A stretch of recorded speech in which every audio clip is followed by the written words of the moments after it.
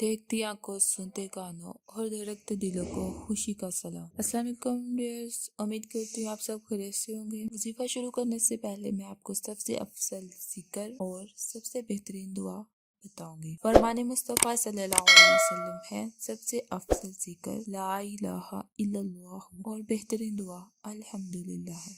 आज का वजीफा मुकदमे में कामयाबी के लिए है। ये वजीफा वो लोग कर सकते हैं जो हक पर हैं और मुकदमे में नाकाम हो रहे हैं। पारा नंबर 15 सूरत बनी इसराइल की आयत नंबर 81 और 313 मरतबा पढ़कर, मतलब 313 मरतबा पढ़कर दुआ करें तो इंशाल्लाह जल्द मुकदमे में कामयाबी होगी। लेकिन गाइस इस बात का ख्याल रखें कि नाहक और नाजायज मुकदमे के लिए ये हरगिज ना पड़े, क्योंकि मुसीबत और बला में गिरफ्तार हो सकते हैं। उम्मीद करती हूँ आज की ये वीडियो आपको अच्छी लगी होगी। लाइक और शेयर करना मत भूलिए। अगर आपने अभी तक मेरा चैनल सब्सक्राइब नहीं किया तो कर दे, अगर कर दिया हुआ है तो थैंक यू। इस वीडियो का इख्तिताम यहीं पर होता है। बहुत जल्द फिर मुलाकात होगी। अपना ख्याल रखिएगा। All the best.